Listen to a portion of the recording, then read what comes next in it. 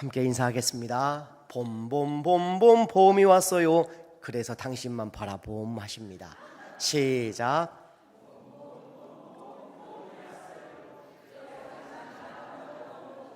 예. 가슴에 손을 얹고 우리 함께 고백하시죠. 하나님은 우리의 예배를 기뻐하심을 믿습니다. 하나님은 우리의 예배 가운데 임재하심을 믿습니다. 하나님은 예배를 통해 가장 확실하게 말씀하심을 믿습니다. 아멘.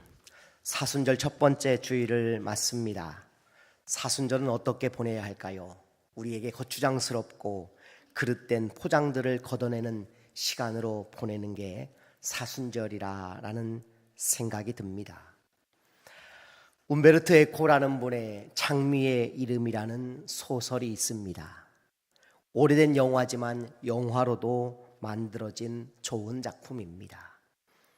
중세시대가 저물고 르네상스가 시작될 무렵에 이탈리아 북부의 어느 수도원에서 의문의 시체들이 발견됩니다. 주인공 윌리엄 수도사는 이 사건을 조사하기 위해 교황청으로부터 파견이 됩니다. 죽은 수도사들의 시체에 놀랍게도 검지손가락과 혓바닥에는 독국물에 의한 그런 흔적들이 남아 있었습니다. 죽은 수도사들은 당시 금서였던 아리스토텔레스의 시학 제2권 희극에 대하여를 몰래 훔쳐보다가 독살당한 것을 알게 됩니다. 이 수도원에 호르헤라는 눈먼 수도사가 있었습니다. 호르헤는 40년 동안 당시 이단으로 금지된 책이었던 수도사들이 접근하지 못하도록 이 아리스토텔레스의 시학 2권 희극에 대하여의 책에다가 독국물을 묻혀놓은 수도사였습니다. 그래서 책을 넘길 때마다 침을 바르고 한 페이지를 넘기고 또 침을 바르고 한 페이지를 넘길 때마다 그 독극물에 의해 수도사들이 죽임을 당하고 있었던 것입니다. 호르헤는 인간의 웃음이 하나님의 신성한 자리를 조롱하고 왜곡하며 경건함과 진지함을 무너뜨리고 인간을 천박하게 전락시키는 마귀의 술책이 바로 웃음이라고 단정지었습니다. 그리하여 당시에 한 권밖에 없는 아리스토텔레스의 저서 시학 제2권 희극에 대하여라는 책에 독극물을 묻혀 두었던 것입니다.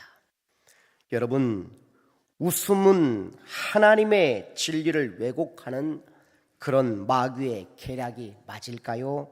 아닙니다. 하나님이 인간에게 주신 선물 중에 하나가 바로 웃음입니다.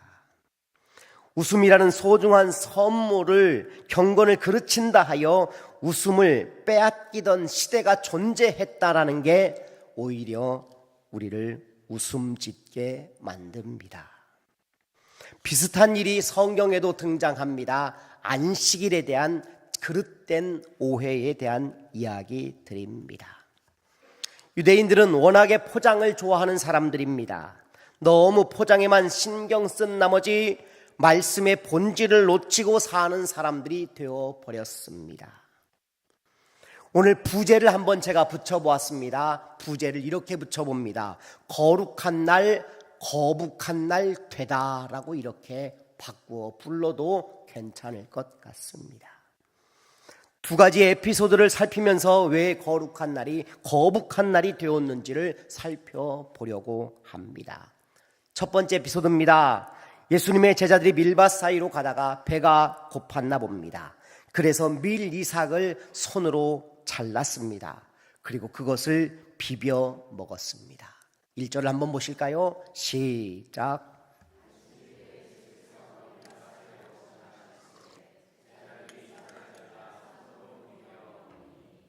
아멘. 여기에는 시간과 공간이 등장합니다. 시간은 안식일입니다. 공간은 밀밭이라고 나와 있습니다. 이 시간과 공간이 정말 이해 충돌이 벌어지기에 딱 알맞은 장소 같아 보입니다. 하필이면 그날 그 시간에 제자들이 밀 이삭을 잘랐습니다. 그것도 지금 남의 밭일 겁니다. 이러면 되는 건가요? 안 되는 건가요? 여러분 생각에 되는 겁니까? 안 되는 겁니까? 되는 겁니다. 신명기 24장 25절에 보면 이런 본문이 나옵니다. 내 이웃의 곡식밭에 들어갈 때는 내가 손으로 그 이삭을 따도 되느니라. 그러나 내 이웃의 곡식밭에 낫을 대지는 말지니라.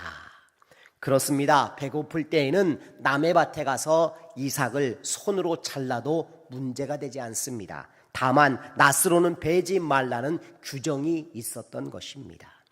그런데 바리새인들의 시비를 겁니다. 어떤 시비입니까? 2절 같이 읽어보실까요? 시작.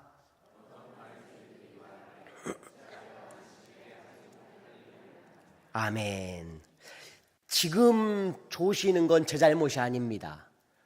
서론이기 때문에 어제 늦게까지 잠을 안 잤거나 일을 너무 하신 여러분의 잘못입니다. 중반 넘어가면 제 잘못으로 제가 인정을 합니다. 어떤 바리새인들이 말하되 어찌하여 안식일에 하지 못하는 일을 하느냐. 여러분 뭔가 다른 문제가 있는 것 같지요. 제자들이 한 것은 안식일의 추수와 탈곡이라는 두 가지 과정을 위반한 것에 해당한다라는 것입니다. 그런데 이것은 자기들이 만든 규칙 때문이었습니다. 장로들의 유전을 따라 만들어진 규칙입니다. 즉 성경에 나오는 말씀이 아니라는 것입니다. 그들이 만든 안식일의 규정은요, 안식일에 쉬지 않는 것은 이런 것들이다 라고 만들어 놓은 부정적인 의미의 것들이 당시 존재하고 있었던 것입니다. 모세가 율법에 다 기록하지 못한 이야기가 있다고 그들은 믿습니다. 그 이야기를 따로 모아놓은 책이 있습니다. 그 책이 바로 미슈나라는 책입니다.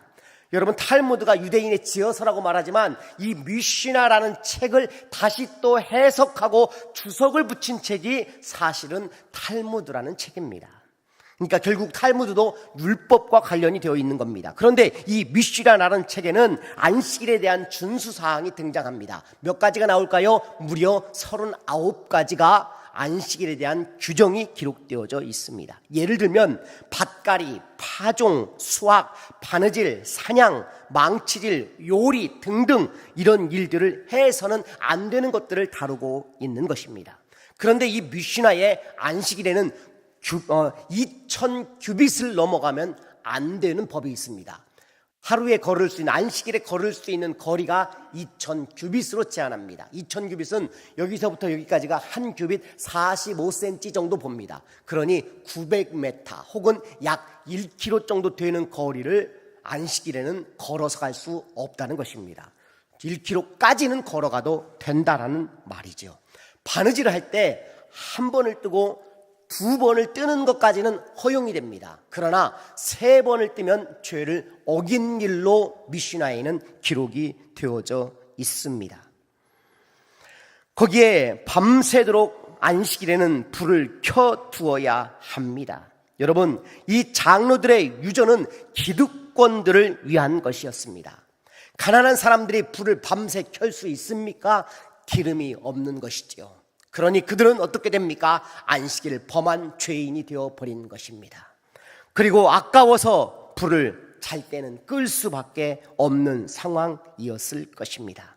결국 가난이 죄가 되어버리는 세상이 만들어지고 있었던 것입니다. 종과 평민, 가난한 사람들은 안식일에 되면 그들에게는 결국 고통이요 짐이 되어버렸던 것이지요.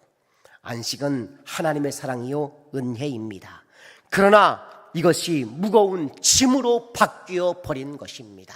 여러분, 이쯤 되면 마태복음 11장 28절 예수님이 하신 말씀이 이해가 되어질 겁니다. 수고하고 무거운 짐진 자들아, 이들에게 무거운 짐은 뭘까요? 맞아요, 안식일이었던 거예요. 짊어지고 하는 인생의 짐이 아니었어요. 그들에게는 평생의 짐이 안식일이라는 짐으로서 그들에게 살지 못할 정도로 괴롭고 힘들게 만들었던 것입니다. 여러분, 우리의 직분이 짐이 되면 안 됩니다. 우리의 사역이 짐이 되어서는 안 됩니다. 내가 섬기는 봉사가 짐이 되어서는 안 되는 것입니다. 은혜여야 합니다. 하나님의 사랑 때문에 기쁨도 있고 만족도 생기는 일이 되어야 하는 것입니다.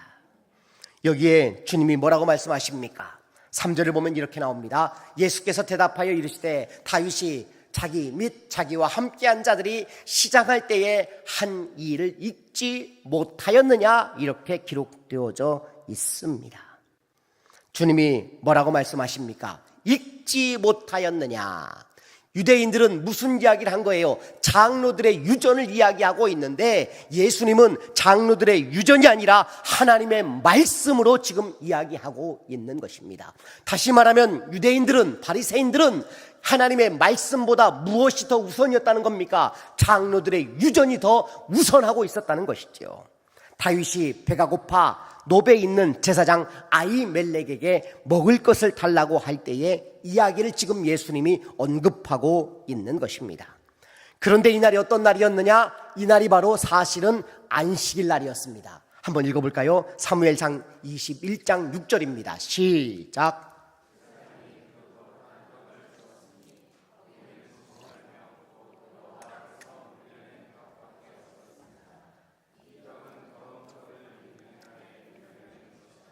아멘. 자, 여기 보면 이 떡은 언제? 더운 떡을 드리는 날에, 이 날이 언제예요? 이 날이 안식일이에요. 안식일마다 따뜻한 떡을 해서 어디다 올려놓는다는 거예요? 진설병을 하나님 앞에 성막에 둔다라는 겁니다. 자, 이 말씀 또 잘 들어보십시오. 우리가 오해하는 게 있습니다. 하나님 상에 올려진 걸 지금 먹은 게 아니에요. 이거 자꾸 오해하세요. 그렇지 않습니다. 더운 떡을 올려드리고 그 전 일주일 전에 만들었던 떡을 내려놓았단 말이에요. 그래서 곧 여호와 앞에서 물려낸 떡밖에 없다, 이렇게 말하고 있는 거예요. 이해되십니까?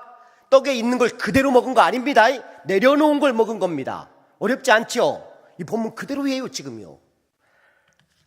자, 그 떡을 지금 다윗에게 준 것입니다. 재미있는 사건이지요.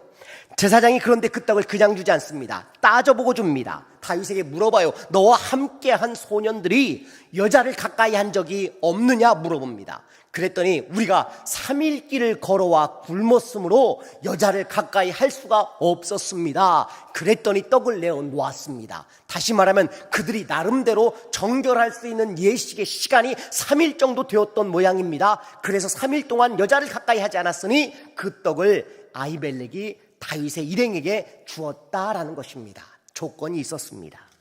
자, 그런데 이 떡은 누구만 먹는 떡입니까? 율법에 의하면 이 진설병은 제사장만 먹는 떡입니다. 그런데 그 떡을 지금 다윗의 일행에게 내어 놓은 것입니다. 여러분, 율법을 어겼을까요?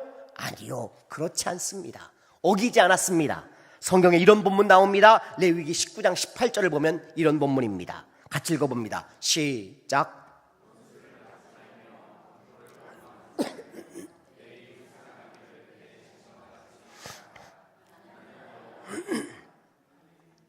훨씬 더 큰 율법의 가치를 가지고 내 이웃을 내 몸과 같이 사랑하라는 그 율법을 아히멜렉은 폭넓게 해석하고 그 진설병을 다윗의 일행에게 나누어 준 것입니다. 전혀 율법을 어겼다고 여기지 않고 있는 것이지요.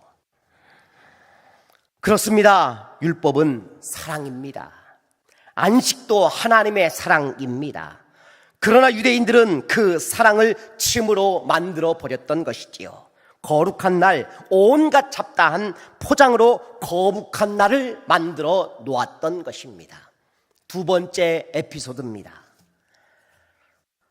또 하나의 이야기가, 안식일에 대한 이야기가 등장합니다.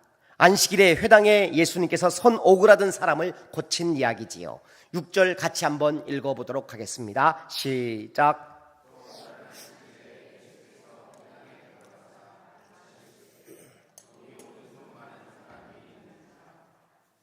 아멘. 또 다른 안식일입니다. 같은 날이 아니라는 의미죠. 또 다른 안식일 날 오른손 마른 사람, 여러분 다른 복음서에 이 이야기가 기록되어 있습니다. 요즘 마가복음 새벽에 큐티하고 있는데요, 그 새벽 예배 때 하는 그 큐티 속에 이 이야기가 들어 있습니다. 그런데 한편 손 마른 사람이라고 기록되어져 있습니다. 그런데 누가는 의사입니다. 의사들은요, 오른쪽이 아픈지 왼쪽이 아픈지 무척 관심이 많은 사람들입니다. 그래서 좀 더 꼼꼼하게 이 사람의 증세를 정확하게 기록하고 있죠. 오른편 손 마른 사람입니다. 오른손에 대한 이야기, 여러분 제가 소개한 적이 있었습니다. 오른뺨을 때리거든 왼뺨도 돌려대라고 예수님 말씀하십니다. 마태복음 5장 39절에 나오지요. 나는 너희에게 이르노니 악한 자들을 대적하지 말라. 누구든지 내 오른뺨을 치거든 왼뺨도 돌려대라. 이거 재미있는 본문 아닙니까? 이 본문은 그저 참고 살아라, 손해보고 살아라, 이런 의미가 아니란 말이에요. 자꾸 그렇게 해석하는데 그렇지 않습니다. 다시 한번 서로 두 분씩 마주 봐 보십시오. 마주 보시죠. 상대방이 봤을 때 오른쪽 뺨, 그러면 오른쪽 뺨, 상대방이 오른쪽 뺨 한번 때려 보십시오. 네, 오른쪽 뺨을 한번 때려 보세요. 네. 상대방의 오른쪽 뺨을 오른손으로 때릴 수 없습니다. 맞죠? 오른쪽 뺨은 왼손으로밖에 때릴 수 없습니다. 그러나 유대인들은 왼손으로 때리는 건 대단히 수치스러운 일입니다. 하지 않는 일입니다. 상대방에게 왼손, 여러분 결혼식에요, 아버지가 신부를 데리고 갈 때 오른손으로 들고 가서 전달하는 게 정상이에요. 그건 서양이나 유대인이나 똑같은 정석이에요. 왼손은 잘 쓰지 않아요. 옳지 않다고 생각하는 손이거든요. 그래서 왼손으로 때리는 법이 거의 없습니다. 아예 때리지 않습니다. 그러면 오른손으로 오른쪽 뺨을 때리려면 이렇게 때려야 돼요. 한번 다시 때려보십시오. 오른손으로 오른쪽 뺨을 때려보세요. 자, 때리기가 곤란하지요. 그래서 유대인들은 오른손으로 오른쪽 뺨을 때릴 수 있는 방법은 손등으로 때린단 말이에요. 손등으로 때려보시죠. 톡 때려보세요. 이왕에 하는 거 세게 하시죠. 시작. 네. 그동안 맺혀있는 한을 이참에 다 풀어보십니다. 그런데 놀라운 일은 손등으로 때리는 건 더 위험한 일입니다. 아무나 하지 않습니다. 손등으로 때리는 건 유대인들에게 벌금이 먹이는 형벌이 처해집니다. 그래서 이 본문은 오른쪽에 대한 굉장히 중요성을 강조하고 있습니다. 누가 너의 오른쪽 뺨을 그렇게 수치심을 당하게 때리거든 당당하여라, 기죽지 말아라, 그런 메시지란 말입니다. 이해되시죠? 별로 이해를 안 하시는군요. 동등한 인간의 가치를 가지고 당당할 것을 우리 주님이 말씀하고 계신 본문이 바로 그런 본문입니다. 그런데 자, 오늘 본문에 나오는 사람이 오른손이 마른 사람이라고 기록되어 있어요. 이게 그냥 손 마른 사람 고쳐준 정도의 이야기가 아니에요. 이 사람의 고통이요, 이루 말할 수가 없는 거예요. 왼손이었으면 괜찮아요. 오른손이란 말이에요. 왼손으로는 율법조차 들 수 없는 손이 되어 있는 겁니다. 그러니 이 사람이 얼마나 고통스러운 삶을 살아왔겠습니까? 충격적이지요. 주님이 마치 불난 곳에 그런데 휘발유를 부어버린 느낌이 두 번째 사건의 이야기입니다. 같은 사건의 이야기가 마가복음 3장에도 나오는데 3장 6절에 보면 이런 본문 나와요. 바리새인들이 나가서 곧 헤롯 땅과 함께 어떻게 하여 예수를 죽일까 의논하니라. 안식일에 손 마른 사람을 고쳐주었더니 바리새인들이 열받아가지고 어디로 가느냐? 헤롯 땅을 찾아갑니다. 야, 이게 바리새인들은 비겁한 사람들이에요. 자신들이 손에 피를 묻히지 않겠다는 거예요. 누구를 찾아갑니까? 헤롯 땅을 찾아갑니다. 이 헤롯 땅이 누구냐? 이 헤롯 땅이 헤롯에게 세례 요한을 고발했던 사람들입니다. 고발쟁이들이죠. 질서를 유지한다는 이유로 고발이나 일삼는 그런 사람들을 찾아가서 바리새인들이 매우 비겁한 모습을 보이고 있었던 것입니다.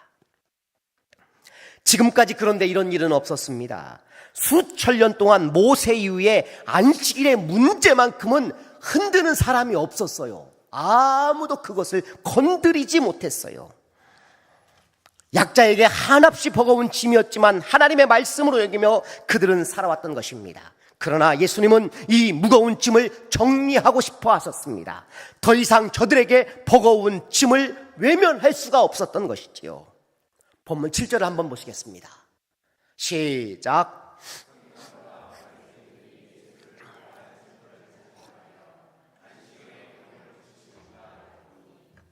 안식일에 병을 고치시는가 엿보니라고 기록합니다. 거의 바리새인들과 서기관들 스토커 수준입니다.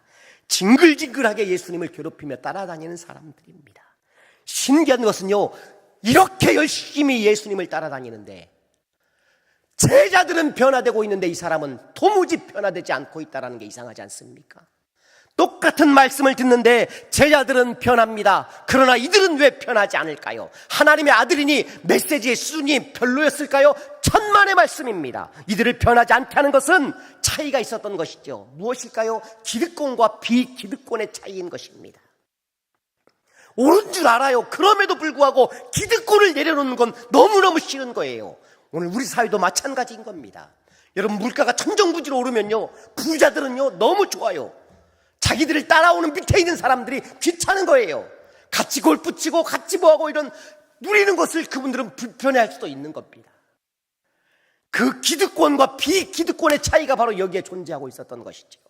그러니 그렇게 예수님을 따라다녀도 그들은 은혜 받을 수가 없었던 것입니다.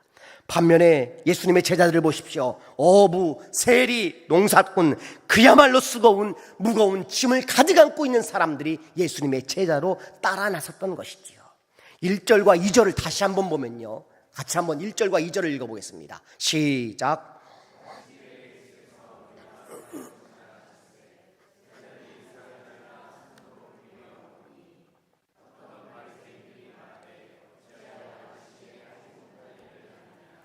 아멘. 여러분, 예수님이 어떤 분인 줄 아십니까? 1절과 2절에 청자와 지금 듣는 독자는요, 제자들, 바리새인과 제자들이지 바리새인과 예수님이 아니에요. 밀을 베고 있습니다. 그랬더니 안식일 물 베먹는 제자들을 보고 바리새인들이 이야기합니다. 지금 못하는겨? 안식일을 범한디야? 그러고 있는 겁니다. 그랬더니 우리 주님이 제자들의 편을 들고 나서지요. 그게 3절의 이야기 아닙니까? 예수께서 말씀하시는 겁니다. 그렇습니다. 예수님은요, 우리의 편을 들어주시는 분입니다. 주님이 우리의 편이십니다. 주님은 약자들의 편이십니다. 주님은 언제나 저와 여러분의 편이십니다. 할렐루야. 그런데 이번에는 이 손마른 사람의 손을 들고 계신 것이지요. 두 번째 에피소드에는 이 손마른 사람의 편을 들고 계십니다. 히브리 복음서라는 그 또 다른 성경이 아닌 외경에 있는 책에 보면요, 이런 내용이 나옵니다. 이 사람의 직업이 나오는데 석공으로 등장합니다. 그리고 그의 직업을 소개할 뿐만 아니라 그가 빌어먹는 사람이 되지 않게 해달라고 주님께 구했다는 이야기가 히브리 복음서에는 기록이 되어져 있습니다. 제가 이 손마른 사람을 상상하며 이분의 마음을 중심으로 제가 한번 글을 써보았습니다. 잘 들어보십시오. 안 보이는 게 보일 겁니다. 그날도 나는 버거웠다. 돌을 다듬는 일을 해야 하는데 오른손을 쓸 수 없으니 돈을 벌 수 있는 정교한 일은 내 차지가 될 수 없었다. 왼손으로 큰 덩어리 두드리며 겨우 밥값을 하는데 낯선 사람이 찾아왔다. 돈주머니를 그가 내게 던진다. 주머니를 살짝 열어보니 데나리온이 가득이다. 좋기 30개쯤 한 달치 월급은 돼 보였다. 돈이 되는 돌 다듬는 일을 맡기려나 싶었다. 그런데 그 낯선 사람은 뜻밖의 일을 부탁한다. 내일 안식일이니 회당 예배에 참석해 주게나. 약속만 지키면 그 돈은 자네에게 선물함세. 그리고 마을 어귀로 돌아서는 그의 뒷모습이 너무나 고마웠다. 이게 웬 떡인가 싶었다. 그러나 그것도 잠시 회당에 들어가는 일은 언제나 나에게 힘든 일이었다. 처음에는 손이 저려 회당에 가는 일이 큰 문제는 없었지만 시간이 지날수록 손이 마비가 오기 시작하면서 회당에 가는 게 점점 두려워지고 있었기 때문이다. 지금도 반년 전 회당 입구에서 들었던 소리가 귓가에 맴돈다. 저런 저주받은 손마른 사람이 왜 회당에 들어오는 것이지? 회당장! 우리 회당 물관리가 너무 엉망하냐?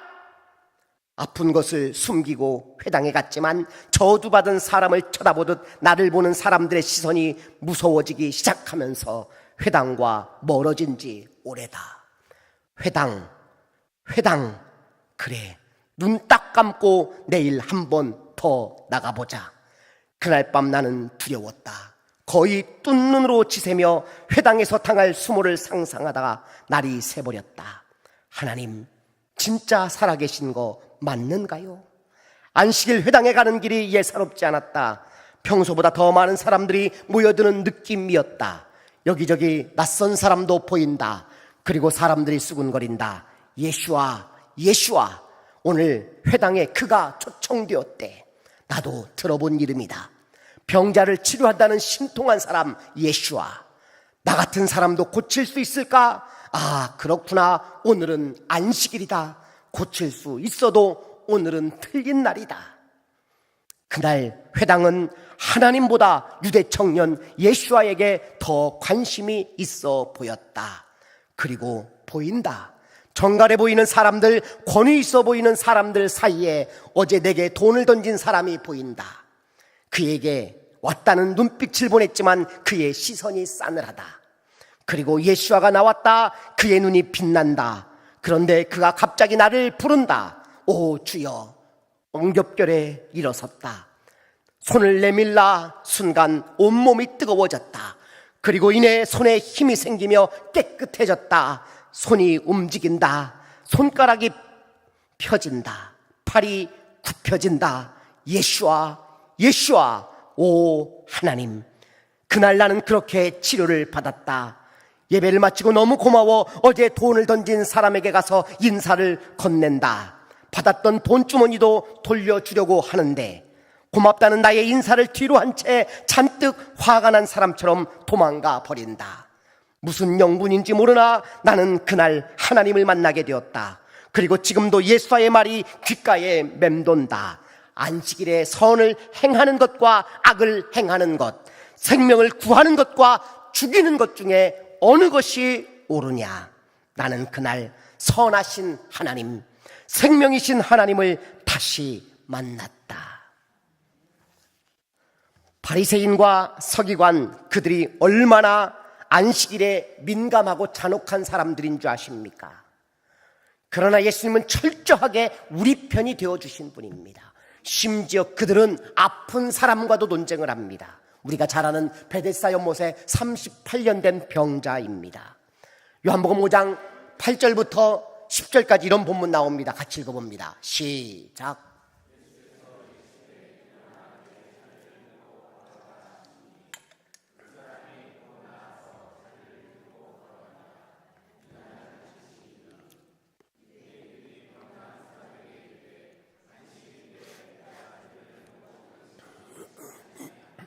아멘. 여러분, 38년 병을 앓은 사람이에요. 그런데 누구하고 지금 논쟁하는지 아십니까? 이 병든 사람과 논쟁합니다.